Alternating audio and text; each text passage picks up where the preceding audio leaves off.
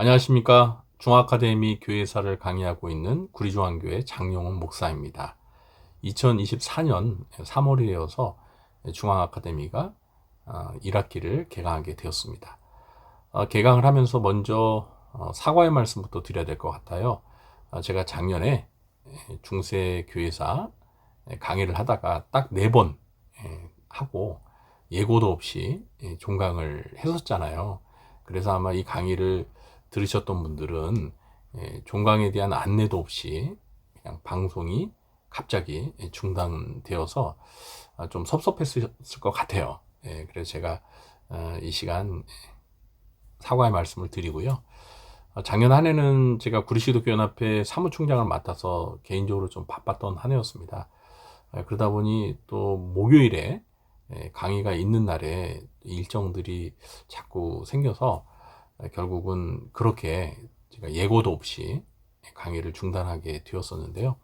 이제 올해는 그런 일이 발생하지 않을 것 같습니다. 뭐 어쩌다 휴강할 때도 있겠지만 그때는 제가 미리 예고를 드리고 양해를 구하도록 하겠습니다. 작년 2학기 때 중세교회사를 강의하다가 4번 하고 중단했는데, 그래서 이번 2024년 1학기는 작년에 했던 그 중세교회사를 계속 이어서 강의를 하도록 하겠습니다. 중세교회사 배웠던 내용들 기억나시나요? 네, 저도 기억이 가물가물하네요. 지난해 4주 강의하고 종강을 했는데 이제 5주 차 맞이해서 오늘 새롭게 또 강의를 시작하도록 하겠습니다. 우리 성도님들, 네, 이 강의는 매주 목요일 저녁 8시에 강의가 올라가는데요. 오늘도 사실 이미 8시가 지났습니다. 네, 제가 신방도 있었고, 그리고 또 강의를 준비하는 시간이 좀 오래 걸리다 보니 시간을 맞추지 못했습니다. 시간을 맞추지 못하면 늦게라도 제가 이 영상 강의를 유튜브에 올리도록 하겠습니다. 우리 성도님들께서는 8시에 됐는데도 뭐 알림 문자가 오지 않거나 방송이 올라가지 않으면 그냥 오늘 제 시간에 강의를 올리지 못했구나 이렇게 생각하시고 다음 날이나 시간 될 때 이 강의를 들어주시면 좋겠습니다. 이게 실시간 강의가 아니다 보니까요, 영상을 이렇게 올리면 나중에라도 아무 때나 우리 성도님들이 편하시는 시간에 볼 수 있는 그런 또 장점이 있더라고요. 네. 그러나 어쨌든 제가 8시에 강의가 올라가서 우리 성도님들이 매주 목요일 저녁 8시에 이 강의를 접할 수 있도록 그렇게 시간을 가능한 맞춰보도록 하겠습니다. 네. 2024년 중세교회사 강의 많은 관심 가져주시고요. 저도 최선을 다해서 강의 잘 준비해서 우리 성도님들에게 유익한 그런 시간이 되도록 노력을 하도록 하겠습니다. 네, 그럼 준비한 강의 설명드리도록 하겠습니다.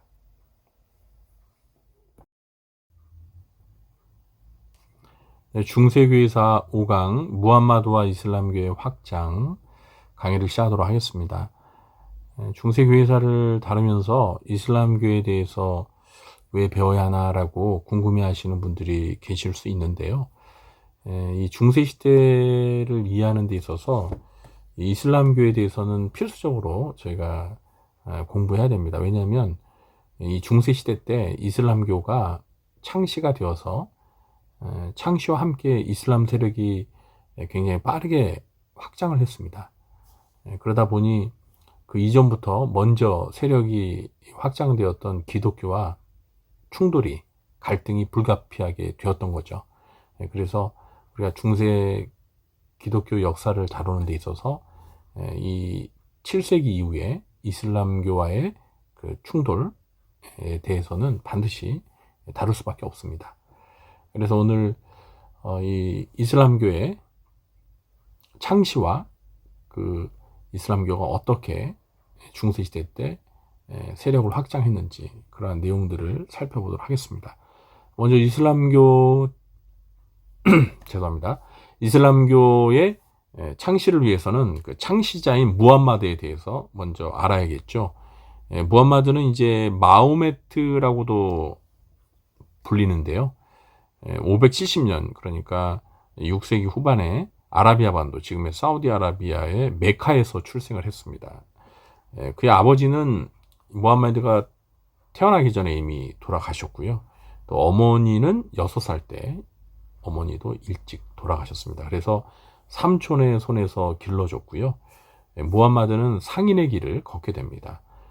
그래서 이 무역을 위해서 여러 지역을 방문하게 됩니다. 아라비아뿐만 아니라 시리아, 팔레스타인, 페르시아 이런 여러 지역을 여행하면서 각 지역의 종교를 접하게 되었습니다.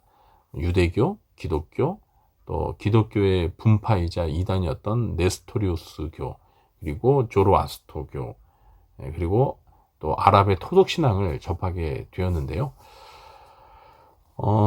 무함마드는 그 삼촌의 소개로 큰 부자인 이 카디자라는 15살 연상의 과부의 사업을 돕다가 청혼을 받아들여서 25살에 15살이나 많은 카디자와 결혼을 하게 됩니다.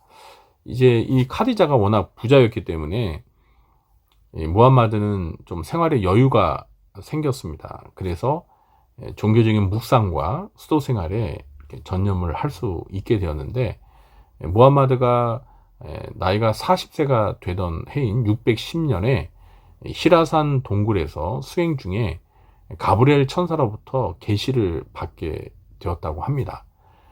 가브리엘 천사, 우리 기독교의 가브리엘 천사가 무함마드도 만나서 계시를 해줬는지는 모르겠지만 어쨌든 무함마드가 그렇게 말을 하는 거예요. 613년부터 이 무함마드는 자신을 유일신 알라의 마지막 예언자로 선포하면서 이슬람교를 창시하게 되었습니다.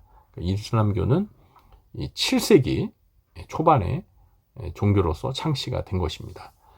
이슬람교는 오직 유일신 알라만을 섬겨야 하는 그런 종교였습니다. 그래서 우리 기독교도 이 여호와 하나님 외에는 다른 신을 섬기지 말라고 유일신 신앙을 가졌던 것처럼 이 이슬람교도 알라 외에는 다른 신을 인정하지 않습니다. 그래서 우상을 버리고 오직 유일신 알라만을 섬길 것을 무함마드는 대중에게 설교했고요. 그 설교가 또 먹혀서 그를 따르는 추종자들이 생겨났습니다. 반면에 또 우상을 섬기는 자들은 이 무함마드의 설교를 들으면서 반감을 가지고 무함마드를 또 박해하려고 했습니다.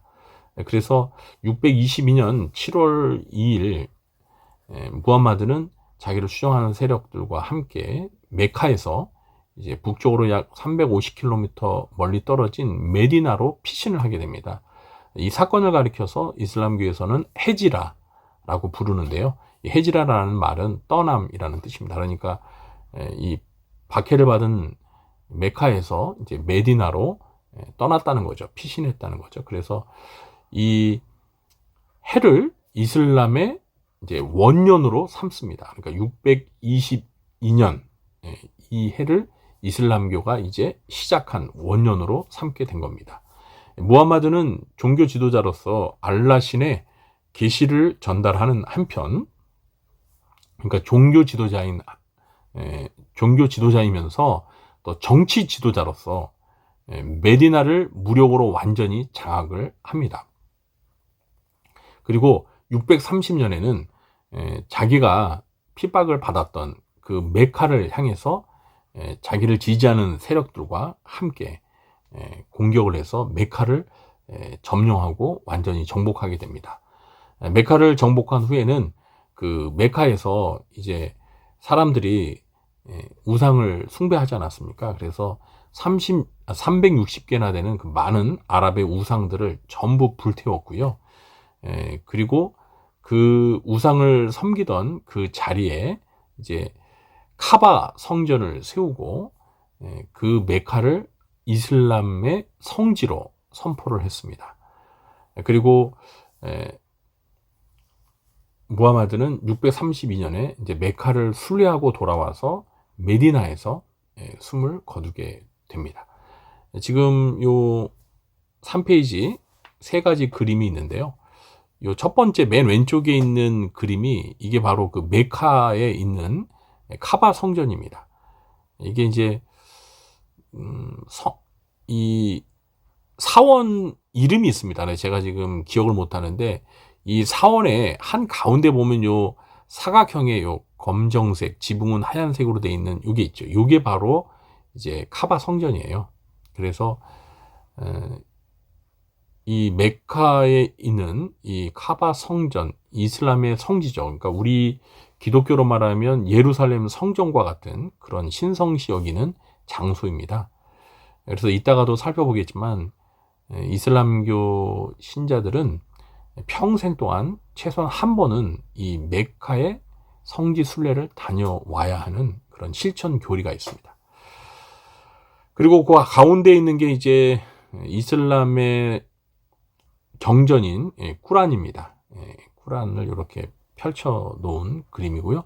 그리고 맨 오른쪽에 있는 이 그림은 여러분에게는 어떻게 보일지 모르겠지만 이거 사람들이 엎드려서 지금 메카를 향해서 예배하는 것입니다. 이 라마단 기간에 그러니까 이 이슬람의 금식 기간이 있거든요. 이따가 설명을 드릴 텐데 그 라마단 기간에 모두가 모여서 하루에 5번씩 메카를 향해, 지금 카바 성전이 있는 메카를 향해 엎드려 경배하면서 기도하는 그런 모습입니다. 이게 전 세계 어디에나 이슬람교 신자들이 있으면 매일, 그리고 특별히 이 라마단 기간 동안 이러한 장면을 어디서든지 볼 수가 있습니다. 네.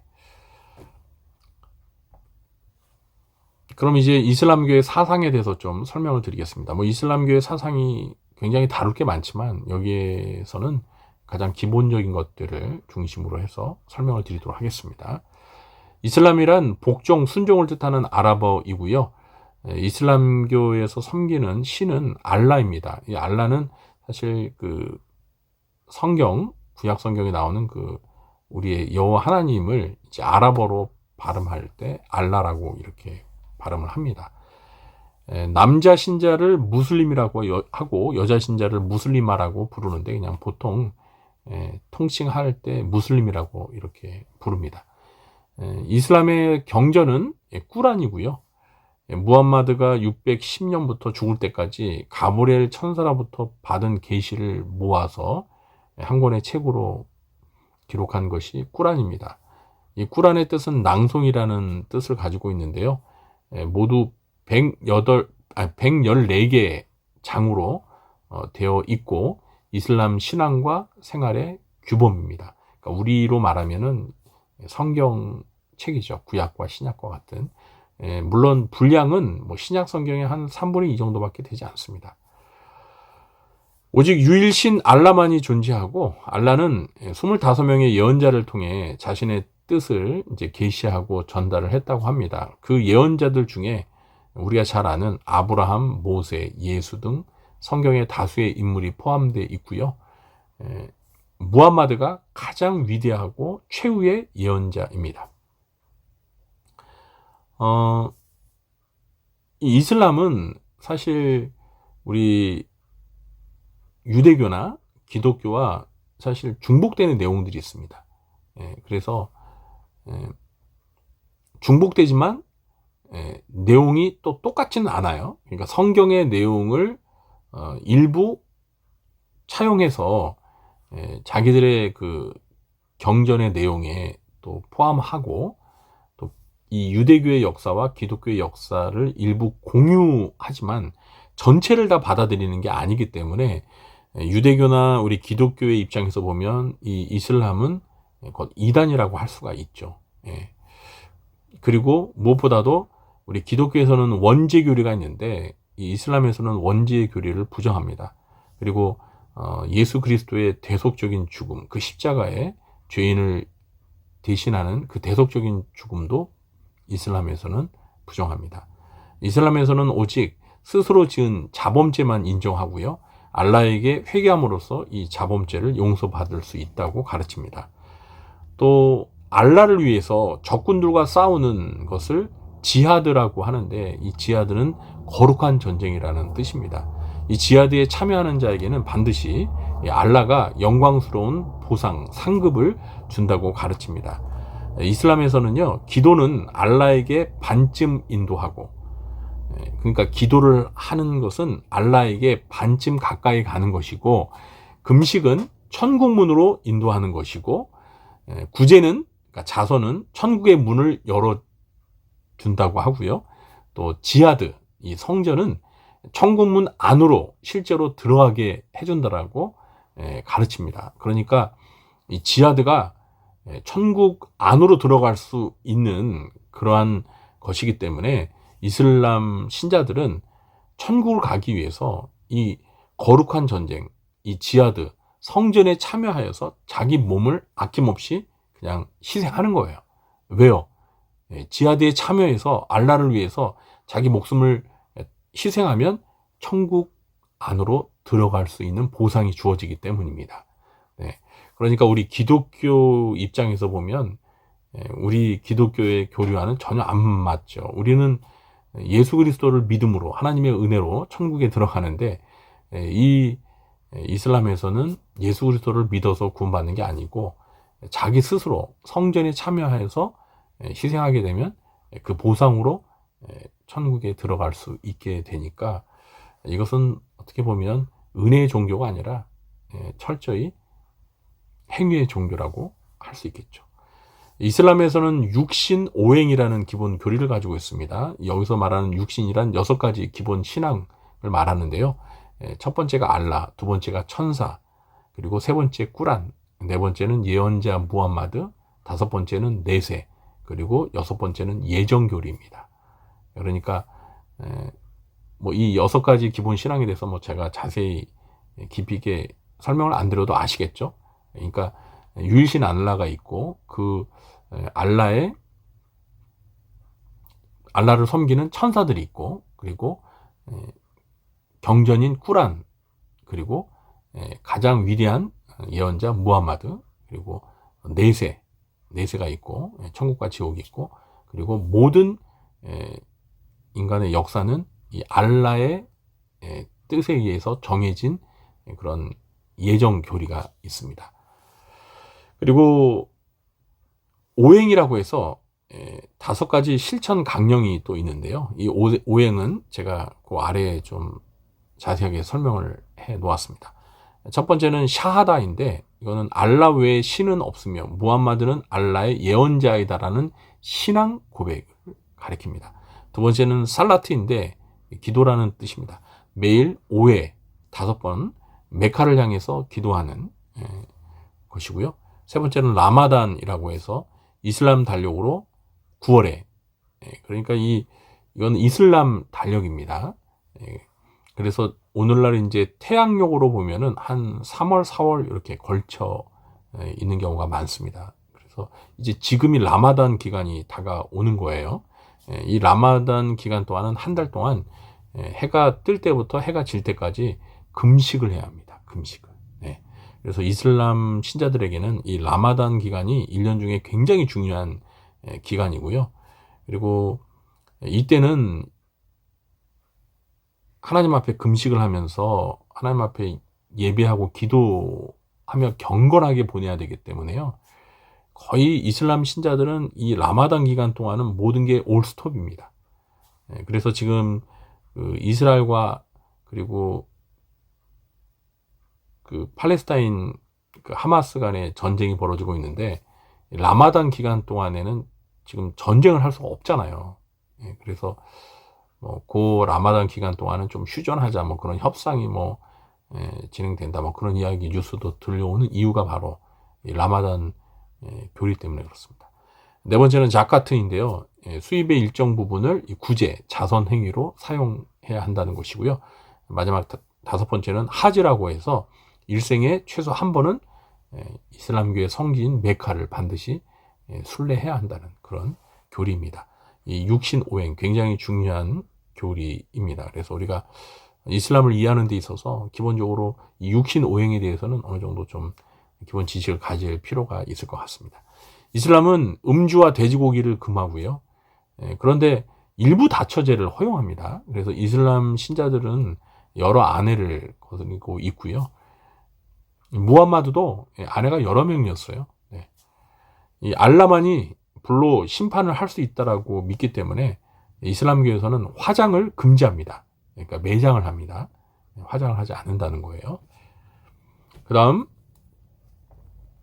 이슬람교의 확장에 대해서 설명을 드리겠습니다. 632년에 무함마드가 죽은 이후에 그 무함마드를 이어서 무함마드와 같이 정치 종교 지도자들인 그 후계자를 가리켜서 칼리프라고 합니다.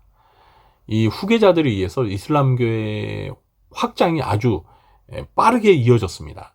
그러니까 이슬람교는 그 세력이 아주 빨리 이렇게 확장이 됐어요. 뭐 우리 기독교도 마찬가지죠. 우리 기독교도 예수님이 이제 부활 승천하신 후에 그를 따르는 제자들과 또 그 성도들이 열심히 선교를 해가지고 기독교가 빨리 확장된 것처럼 이 이슬람교도 무함마드 사후에 칼리프라는 후계자들에 의해서 세력이 빨리 확장이 됐습니다. 이 칼리프는 무함마드의 권위를 승계하는 이슬람교의 종교, 정치 최고의 통치자입니다. 칼리프들은 아라비아 반도를 근거지로 삼고 아랍 제국을 빠르게 발전시켰습니다. 그들은 꾸란이냐 칼이냐, 그러니까 꾸란을 받아들이겠느냐 아니면 칼 죽겠느냐, 이렇게 강압적으로 이슬람 포교를 진행하기 때문에 꾸란을 받아들이겠냐 아니면 칼로 죽겠느냐 그러면 사람들이 겁을 먹고 다 꾸란을 받아들이려고 하겠죠. 그래서 이렇게 매우 호전적으로 선교를 펼쳤기 때문에 급속하게 확장이 될 수 있었습니다. 또 지하드라는 성전, 거룩한 전쟁을 통해서 정복과 포교가 동시에 이루어져서 이슬람 세력이 빨리 세력이 확장될 수 있었던 겁니다. 이 무함마드 때 이미 아라비아 반도 전역을 통일하고 아랍 제국을 건설했고요. 무함마드 이후에는 632년부터 661년까지 정통 칼리프 시대라고 하는데, 이때 시리아 지역, 팔레스타인 지역, 이집트 지역, 메소포타미아, 그리고 이라크, 페르시아를 점령하면서 이슬람이 아주 급격하게 전파되기 시작했습니다. 이때 이 정통 칼리프 시대 때 이 기독교의 성지라고 할 수 있는 예루살렘이 점령을 당했어요. 이슬람 세력에 의해서. 그래서 638년에 점령이 되어서 거의 1200년 동안 이 이슬람 세력이 예루살렘을 점령하고 관할했습니다. 잠시 12세기 때 십자군 전쟁 때 잠시 예루살렘을 우리 기독교가 빼앗았다가 또 그거 잃어가지고요. 거의 1200년 동안 이슬람 세력이 예루살렘을 장악하면서 이슬람 성전 모스크가 예루살렘에 세워지는 이런 일이 발생했습니다. 661년에 세워진 그 우마이야 칼리프 왕조 때는 이 우마이야 왕조는 661년서부터 750년까지 거의 100년 동안 지속되는데, 이때 북아프리카 전역을 정복했고요. 또 해협을 건너서 서고트 왕국, 그러니까 그 북아프리아에서 바다를 건너가지고 그 유럽의 맨 서쪽 지역에 서고트 왕국을 무너뜨리고, 그러니까 이 에스파냐, 그러니까 스페인, 오늘날 스페인 쪽을 점령을 하고요. 그리고 프랑크 왕국을 향해서 북진하다가 당시 732년에 프랑스 투르포아티에서 전투에서 샤를 마르텔 장군, 그 유명한 샤를 마르텔 장군의 군대에 의해서 이 이슬람 세력이 패배를 당함으로써 그 세력 확장을 멈추었습니다. 만약 이때 샤를 마르텔 장군이 공격해오는 이슬람 세력을 막지 못했으면 유럽은 완전히 다 이슬람이 장악했을 거예요. 그런데 샤르마텔 장군이 이 이슬람 세력을 차단함으로 인해서 유럽이 그 스페인 지역 거기만 빼놓고 기독교 세력으로 지탱이 가능했었던 것입니다. 이게 굉장히 중요한 사건이었던 거죠. 그러나 이 우마이야 왕조 때 아라비아 반도 동쪽으로 세력을 계속 확장하여서요, 중앙아시아와 인도 북서부 지역을 점령하게 됩니다. 제가 이렇게 뭐 말로 설명드리는 것보다 다음 페이지에서 이렇게 그림을 보시면 아마 더 이해가 훨씬 쉬울 것 같습니다. 이 그림을 보시면 이제 가운데 그 지중해를 중심으로 해서 투르키에, 그리고 이 유럽, 그리고 아프리카, 그리고 이제 요 중동의 아라비아 반도, 그 우측에 이라크, 뭐 이란, 이런 인도까지 지금 대충 지도가 있는데요. 여기 보시면 이제 요 좀 녹색에 가까운 요 지역이 바로 무함마드가 생존해 있었던 시대에 정복한 지역인데, 요 아라비아 여기 지도 보시면 여러분 아라비아 반도 있죠? 메디나 메카가 있는 요 지역에 이제 무함마드 때부터 이 아라비아 반도를 장악을 했었다는 거고요. 그 다음에 이제 연한 초록색 을 보시면 그 지역이 바로 정통 칼리프 시대, 그러니까 무함마드가 죽고 난 다음에 정통 칼리프 시대 때 정복한 지역입니다. 이 정통 칼리프 시대가 무함마드가 죽은 이후에 632년서부터 661년, 거의 30년 기간인데 이렇게 넓은 지역으로 세력이 확장이 된 겁니다. 엄청 확장이 됐죠. 그리고 이제 우마이야 왕조 때, 그러니까 661년서부터 750년 이때 지금 보시면 이게 무슨 색입니까? 이걸 뭐 이게 뭐 회색은 아니고, 어쨌든 이 색깔 지역이 바로 우마이야 왕조 때 정복한 그 지역이에요. 여기 보시면 이제 북아프리카 지역이랑, 그리고 여기에 코르도바라고 해서 왼쪽에 지금 스페인 지역, 이 스페인 지역까지 점령을 하고 아까 말씀드린 이 프랑크 왕국이라고 써있는 이 지역까지 세력을 확장하다가 샤를 마르트에 의해서 저지를 당하면서 세력 확장을 못한 거죠.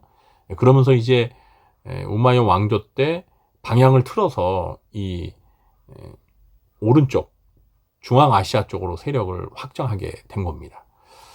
그리고 이제 빨간 테두리로 된 이것이 아바스 왕조의 영역이에요. 750년서부터 1258년 때까지. 여기 아바스 왕조의 영역. 그러니까 아바스 왕조 때 조금 이 스페인이나 이 북아프리카 중 일부 지역을 조금 이제 빼앗긴 거죠. 그래서 조금 축소가 된 겁니다. 그러나 여전히 13세기 중엽까지 지금 보시는 것처럼 중동과 북아프리카, 그리고 이 중앙아시아 인접까지 이슬람 세력이 굉장히 크게 넓게 확장되었다라는 걸 알 수가 있습니다.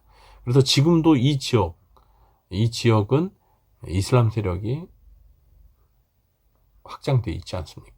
그 다음에 요 튀르키예 지역도 이슬람 세력이고요. 그래서 오늘날 이슬람 세력이 사실 점점 확장되고 있는 추세예요. 우리나라에도 지금 이슬람 신자들이 많이 들어와서 살고 있잖아요. 앞으로 더 많이 들어올 겁니다. 그러면서 우리나라에서 어쨌든 이슬람 신자들이 거주하다 보니 또 자기들 나름대로 공동체를 형성해서 또 신앙생활을 이어가야 되니까 이슬람 사원들이 지금 전국에 여러 군데 세워지고 있는 겁니다. 이 그림만 보면 중세 시대 때 이렇게 이슬람 세력들이 확장되면서 기독교가 장악하고 있었던 지역을 이슬람교 세력들이 점령하게 되는, 이런 어떤 우리가 한눈으로 알 수가 있죠. 정말 안타까운 것은 우리 기독교의 성지라고 하는 예루살렘이 이 중세시대 때 638년이라고 했죠. 이슬람에 의해서 점령을 당한 다음에 거의 1200년 동안 이슬람 세력이 예루살렘을 장악하고 관할했다는 거예요. 그게 정말 가슴 아픈 일이죠. 자, 이 지도 굉장히 중요한 지도인데 아마 보시면서 아마 이해가 되실 거예요. 그리고 마지막 이제 한 페이지 설명이 남아 있습니다.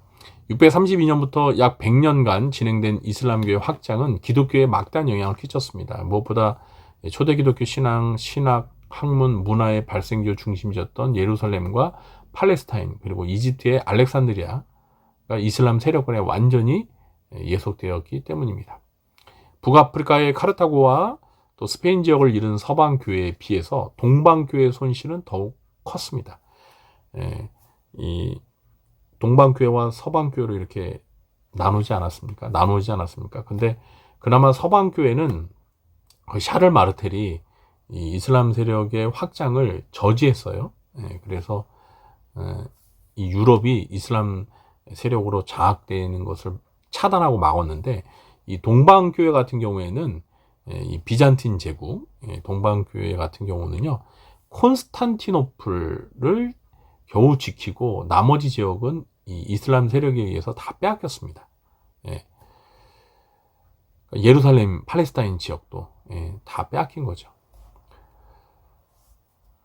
그리고 이제 그 이후에 아바스 왕조, 750년부터 1258년, 이 아바스 왕조가 굉장히 길었습니다. 이때 이슬람 세력이 많은 지역을 확장해서 차지하면서 이슬람 세력이 계속 명맥을 유지했죠. 그러다가 13세기 중반 1258년 때 이제 몽골 제국의 침략으로 징기스칸이 이끄는 몽골 제국의 침략으로 함락이 되면서 수도 바그다를 중심으로 이슬람 신앙과 학문을 기초로 했던 그 사라센 문화, 그러니까 이슬람 문화를 사라센 문화라고 합니다. 이 사라센이라는 말이 아마 사막지대라는 그런 뜻인 것 같아요. 그래서 사라센 문화를 화려하게 꽃피웠습니다. 그리고 15세기 때 또 다시 이슬람 세력이 튀르키예를 중심으로 해서 오스만 제국을 또 세우면서 오늘날까지 이렇게 이슬람 세력이 계속 유지하고 있고 확장되고 있는 그런 역사를 간직하고 있습니다. 오늘은 중세시대 때 이슬람의 창시와 이슬람 세력의 급격한 확장에 대해서 살펴보았습니다.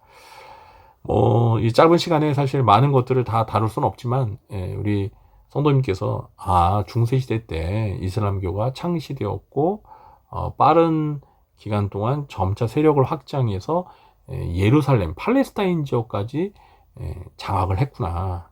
이런 내용들을 이해하셨으면 좋겠고요.